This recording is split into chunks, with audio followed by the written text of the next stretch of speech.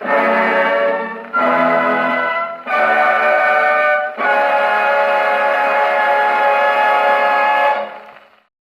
seems to me that entertainment keeps reinventing itself in some way. You know, in the turn of the century it was music halls and everybody went out to music halls, and then that became more sophisticated and they called it variety. And then variety turned into, you know, the early days of television and Sunday Night Palladium, and then the club scene came up. So it reinvented itself, and it's probably reinvented itself back to, you know, the back of pubs now again, which is where it started out with musical, and now the back of pubs are these rooms where they have stand-up comedy.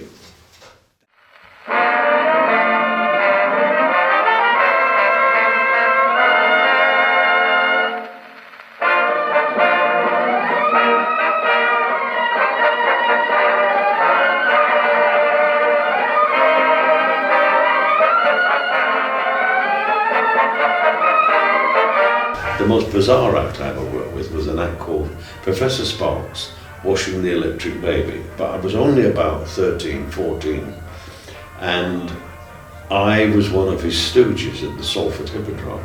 He used to pick up a couple of people at the stage door. We got 10 bob each for the week, and the Palomine and I, we had to sit on the front row. And he said, I want some volunteers. And we had to be the first up, you see. And it was this sort of porcelain doll with this huge cable coming out of its backside and go out of its back into this machine on the stage. And it was called, I don't know what his real name was, Professor Sparks, Washing the Electric Baby. He was my father's brother, and he was always a whiz kid with electronics. He left home about 14 or 15, and then he met my auntie in Glasgow, and they started this theatrical business. She used to play the piano accordion as well on stage, and then their son, of course, joined them.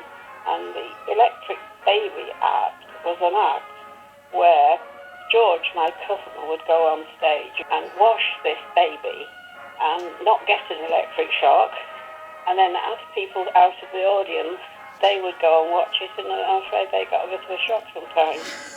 And he'd come on, he had this like Max Wall hair, and he spoke in a sort of cod German accent. I'm come forward.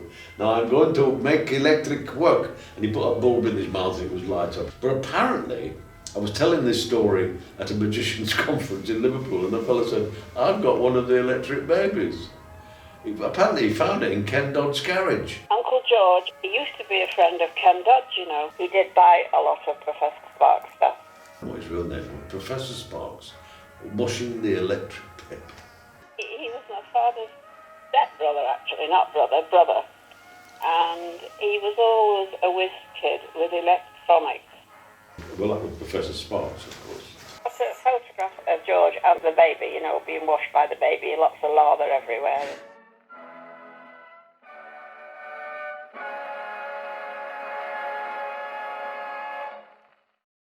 When I first started, I started in an amateur way in Salford, because I went to Sunday school there, but I always did a little stand-up act. You know, a lot of my granddad's gags and I did. A lot of the clubs and pubs that had concert rooms would have a thing called Go As You Please, which was like a free and easy thing, but there would be a competition. So you get up and do your bit of thing, right, whatever it was, 10, 15 minutes, and it would be a competition. And you could win a £5 or a tenner for the night, and that was a way of, right, Go As You Please competition. But they did have quite a lot of them up there. And they were all in the paper. You could go, there's one now on Tuesday, there's one now on Friday, one now on Saturday. So you would go and do one of these things. And sometimes, in fact more often than not, if you won or became second, the concert secretary might offer you a gig. You know, £1.50, £2 for the night. Going back, you know, to the mid-50s. So that's really how I got started. And so I developed this little act where I did a bit of magic and a bit of comedy and finished with a song. And that was it. I went to see Des O'Connor, Newcastle Empire, and he was a young modern comic, I wanted to be him, and I was only 19, you know. And he said, well, go to Butlins. And that really was my apprenticeship, Butlins. Everything I did after that was influenced by what I'd learned at Butlins. I needed something to get me on.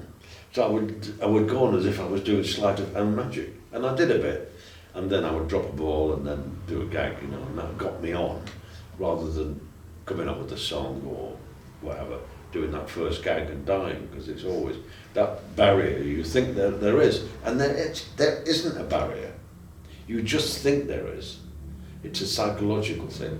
When you sit in an audience and you watch an act, there isn't a barrier, but from the act point of view, they say, oh, they've got to get over that first few minutes, otherwise they're going to be in trouble. But you should, you know, if you can, just to get rid of that nerves thing.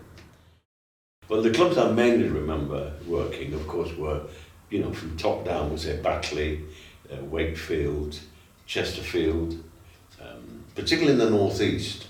There was a club circuit called the Bailey Circuit, and they specialised in having the top of the bill and 2 or 3 acts during the evening, so you could go for it. And they were beautifully appointed clubs. A lot of people don't know this fact, but I was the first person ever to appear on the stage in Batley. I knew Jimmy Corrigan quite well, and he was a very big friend of the Bachelors, and so they were the first act ever to top the bill. Right. Now, I couldn't do that first week, although otherwise I would have done it with the Bachelors. So I actually performed the second week with Val Doonican, but the Bachelors actually did the opening show, and I think we're looking at 1967-ish. But as they were building the club, I called in one day to see him, and he said, "Just a moment, we've just finished the stage. Stand on the stage. I'm going to take a picture of you." And I don't know whether the picture's still existing, but. And the club that was in competition with Batley, the Wakefield Theatre Club, was more lush than Batley. Batley had a very sort of working men's club atmosphere, although they had huge stars there, you know, with the amount of people they could get in. But it was a great cheap night out and see your favourite world star. It was wonderful. And then the only person he never persuaded to go there, of course, which he really wanted, was Sinatra. He really wanted, and he tried to get in, but he couldn't. He would have paid him anything. Would have paid him anything, but he couldn't get him.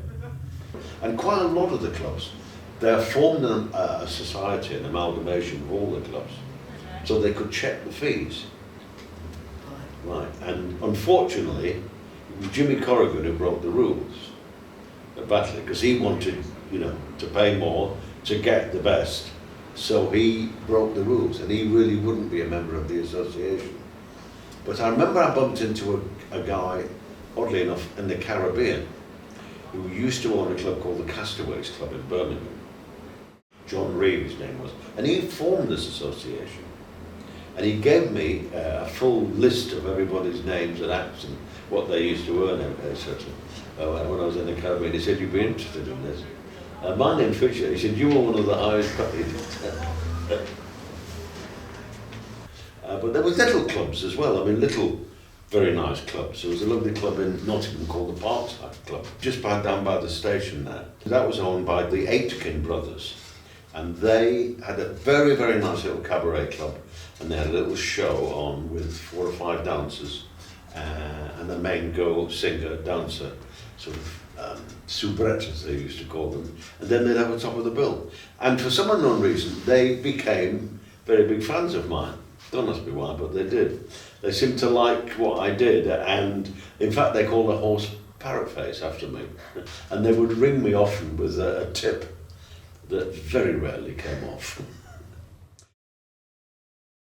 In the south of England, Webington Country Club, that was very nice to play.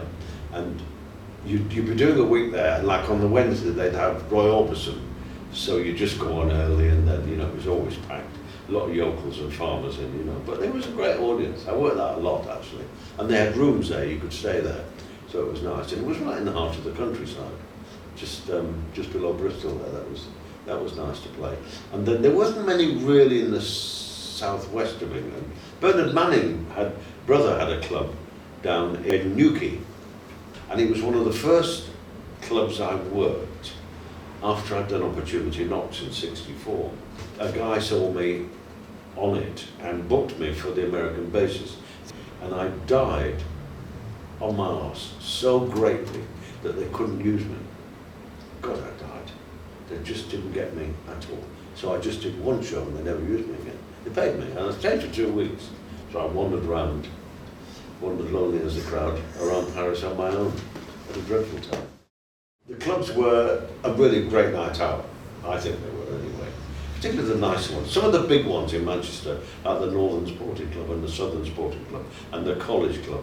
I think what they also did, the clubs, is they also had very nice backing bands. You know, good trios, or some of them had big bands. I mean, Batley had a 10-piece, and Wakefield had a 10, 12-piece band. And there was a Circus Tavern, which was sort of what we would call London-based. They used to get a lot of session musicians playing there. And on a Sunday night, you'd go after the first band call, and it'd be all different guys there. They just sent a deck for the rehearsal. So you do stuff, and the drummer would say, for God's sake, don't tell him I was a deck, you see. Which was a bit of a pain. But that only really happened in London. You only really get deps in London, as you know. Well, let's talk about the Northern Sporting Club in Manchester, which you might remember was actually a disused cinema, which they turned into a club.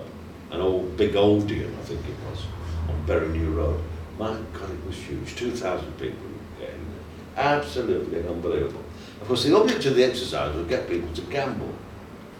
And the reason that they all opened around about this time was that the Gaming Act has stated that, yes, you could have gambling and table gambling like blackjack and chemin de fer and all those things, but you had to have a cabaret. You had to be respectable. And if you had a cabaret and a band and food and all those things, then in another room you could have gambling. But the gambling and the club had to be separate, right? You weren't supposed to entice people to gamble into the entertainment part and the eating part. So what they would do was they would have two rooms, yes, and there would be a barrier. When I say a barrier, I mean like a rope barrier. And you'd have to come out of the club, walk round the rope barrier and into the other room.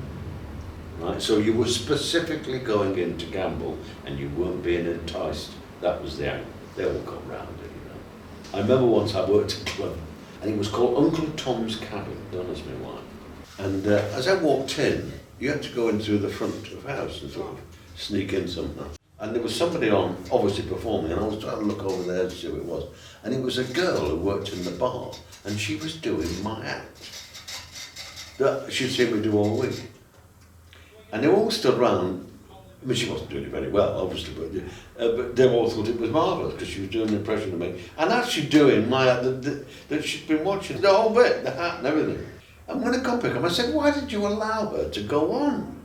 And I'm going to come on in a minute. And she's doing all the gags that I've been doing all week. But no nous at all.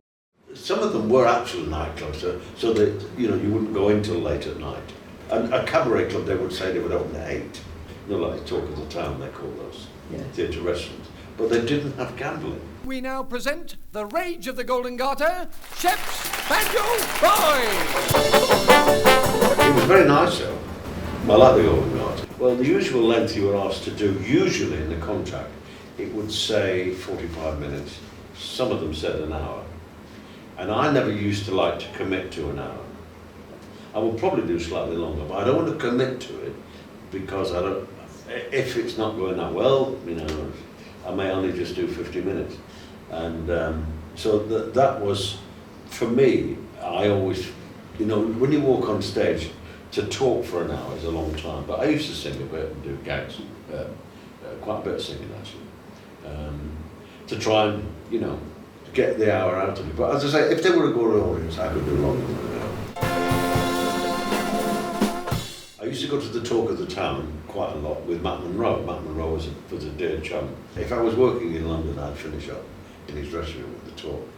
I never actually saw her work at the Talk of the Town, but Judy Garland was at the Talk of the Town when I did a Sunday Night London Palladium with her. She was due to do the Palladium, and that morning, I think the Observer had said, this woman should give up and not sing anymore. She was in the crucified, and which was very sad. But Jimmy Talbot went to the Savoy and made her come out, got her to come out again. Well, he sort of knew her a bit because he'd been standing in for her. at the talk. They had him standing by in case she said, I'm not going on, which she did most nights. And she just looked like a little, tiny little thing in the centre. And Jimmy took her, put his arm around her and took her off stage. But very, very sad. There is a world of difference.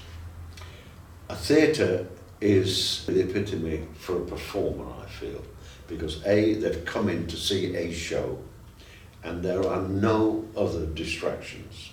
They sit there, the lights come on, you're the centre of attention, you really can't fail. In a club, of course, you've got the distraction of waiters walking about, right? You've got the distraction of maybe having lights up in the auditorium, people eating, right? People drunk, people coming in and going out.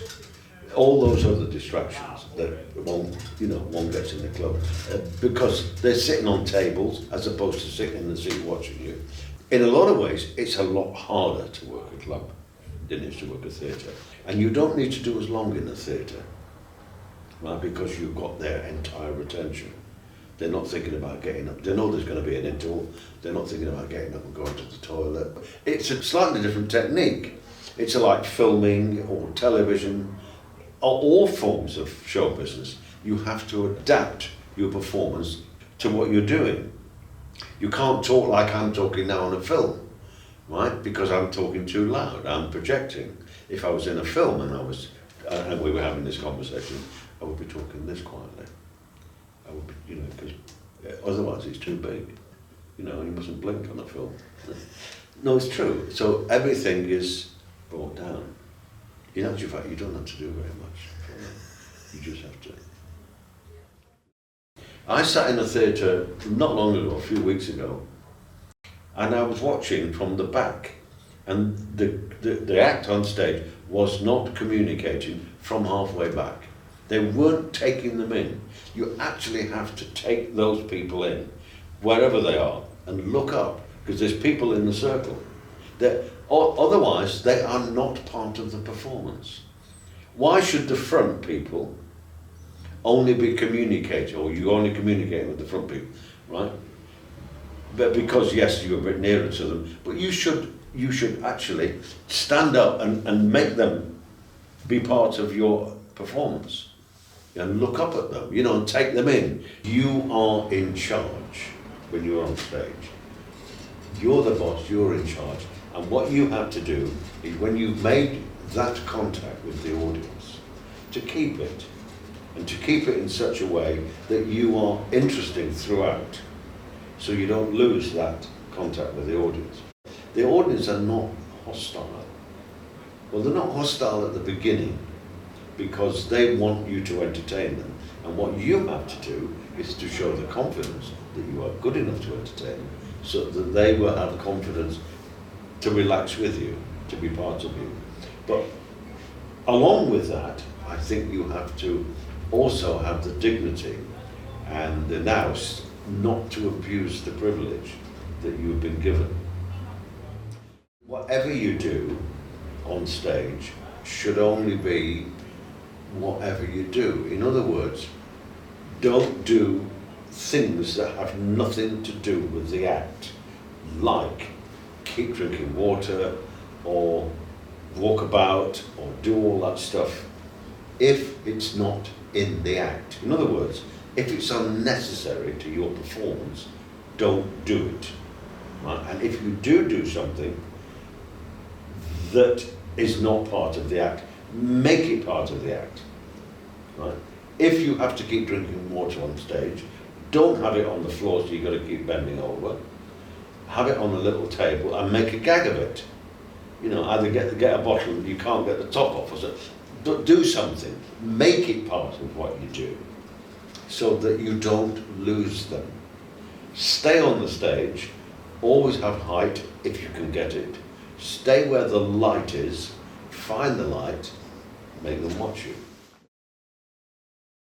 You could go on any time to midnight, but usually a good time to go on, for my money, was about 10 o'clock, right?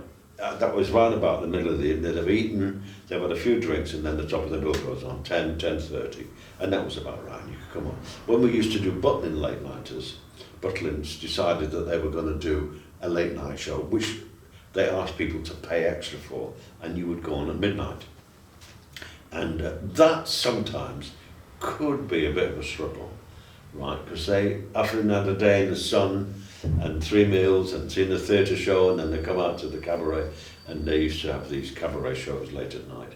And I did quite a lot of those actually, because I'd started at Butlin's, and Frank Mansell, a friend of mine and a mentor, got me to try out and see whether they would work for these late night things. And they did, and they went on to do great things with them, you know. When comics start, of course, they are influenced by other comics. And, you know, you knock a gag off, and I mean, I did lots of knocked off gags, but I twisted them. I tried to make them mine, right? They were an idea that I'd heard. I mean, the budgie joke and the parrot face wasn't original. It was, you know, it was a twist on several things put together. You know, a fellow with a silly voice, and, you know, somebody said to it's like Snagglepuss. You know, I said, well, it was. There's no doubt about it, you know. But together, it brought something a bit new. I mean, the fact that comics have been pulling the hat down with their ears sticking out since time immemorial. So it was, you know, that wasn't a big deal. It was just a gumpy character, you know. But you use all that past knowledge that you see and hear in the past, and you make it work for you. And once I'd got past that barrier of trying to find something which is a bit more original, and I realised it was going to be a good television head, then I went all out to make that work, because I knew that was going to be my difference. That was going to be the thing that, if it took off, people would remember me by that. That's where the name Parrot Face come from, because the character called the fella in the pet shop Parrot Face. And I asked them to put the word Parrot Face under my name on a poster, like a bill matter. Some idiot printer decided to put it in the middle. Or he put Freddie Davies in and Parrot Face across it, you know, and across the middle, and it became Freddie Parrot Face Davies, which is a bloody mouthful to say. But it stuck. I mean, the fact that it's now lasted 50 odd years, it can't have been that much of a mistake, can it? You know, so, you know. I was brought up in the Danny Kaye era, and in actual fact, I got a nickname, Danny, when I was at school. They called me Danny because I was obviously a bit like Danny Kaye. I wasn't really. But I actually met Danny Kaye in 1947 with my granddad and with Sid Field. A couple of people said, oh, he stole Jack Herbersack. No, he didn't. He said he was influenced by me, and he copied a few of my mannerisms, and he did it, things like that, you know, as Jack used to do. Other influences to me, a fellow called George Carlin, and it was all original, very clever. A lot of it was anti-American and anti-wars and anti-stuff, but he would joke about it. And then, of course, comedy changed, you know, in the 80s, the beginning of the 80s, it all changed, and he became a bit more student-orientated. Because in these comedy clubs, they were just full of young students. You know, and more people were going to university, so there would be more students doing it. And I think that's how it evolved. It came from uni and the comedy clubs, and they just have, they have a different way of working, they have a different thought pattern, you know, and as I say, they're not variety performers. No shape of the word are they variety performers. They don't go on and they talk about working rooms, they don't work theatres. And the smaller the room, the more intimate audience they're happy with. They're not that happy on a big theatre because they don't obey the rules. They don't take a call, they don't do any of that. I always used to finish, depends on where I was. In the club I would probably finish with a song, but in the theatre I used to finish on a gag. I had this great routine about the sound of music that I wrote in 1966. When I wrote it for a TV programme on the Sunday, and they wouldn't let me do it. It was copyright material. It was a shame, really, but I remember on the Monday night I went into the theatre. It came to me, or I wrote it, while I was in the Turkish Baths in Blackpool. All the theatricals in the town used to meet at the Turkish Baths in Blackpool for the summer season, and with gin wag and chat and everything. But after we'd had this steam and stuff, I used to go and lie down on the resting bed, and this routine came. I was looking for something for the Sunday night, and this routine came to me. And I went into the theatre that night, and I said to Ray Fell, another comic on the bill, I said, look, I've got this idea for a routine, and I explained it to him. He said, if you don't do it, I will. So I went on and did it that Monday night. Well, you've never heard laughs like it. It was immediate. It got screams, because the film had only been on about 6 months, and it was over the road at the ABC in Blackpool. So much so that I actually couldn't follow the routine. So I had to put it at the end of the act, which I did. And I did it for, I mean, every comic in the world stole it, but I mean, it was too good a routine not to, you know. But I did it not long ago somewhere to demonstrate that it was still a strong gag, even 52 years later, you know. So it's amazing, really. But that's what I used to close my act with in the theatres, and it was a slam dinger. Why did the nightclubs close? What was the demise of them? The main thing, of course, was the Gaming Act. They changed the Gambling Act because they said there was a lot of people who were losing all their money. So this separate entrance thing became a separate club. You couldn't go in the same building where the gambling was. You had to. It was like next door, and they had to build all sorts of rules and regulations built into it, and that really is what killed them. Gambling had to be totally separate. They were not the same building, not the same place. And they put all the prices of the one-armed bandits up, the legal thing. All the prices of the one-armed bandits went up, and you could only go in a gambling club to gamble, not for entertainment at all. And then that's killed it. I mean, nowadays, I mean, even summer seasons have now come down to one-nighters. I mean, there's no real summer shows anymore. So, I mean, it evolves. It seems to me that entertainment keeps reinventing itself in some way. You know, in the turn of the century, it was music halls, and everybody went out to music halls, and then that became more sophisticated, and they called it variety. And then variety turned into, the early days of television and Sunday Night Palladium. And then there were still stars around, recording stars, etc., and comedy stars. And and then the club scene came up, with the Gaming Act, because they were allowed to have gaming within the confines of the club. Then they changed all that. So it reinvented itself, and it's probably reinvented itself back to, the back of pubs now again, which is where it started out with musical, and now the back of pubs are these rooms where they have stand-up comedy. Before I did Op Knocks, we used to appear at the Mersey Hotel in Manchester. Do you remember the Mersey? Sid and I actually started together. Sid and Eddie, we used to work the pubs around Manchester, literally, Mersey Hotel and the College Club, and we actually finished up on the Palladium together, which was marvellous, in 1974 with Cliff Richard. But so we have a tremendous history. And I brought my dear brother here, who lives round the corner, not far from here, in Middleton, Peter. He never went into show business, Peter, because he didn't want to.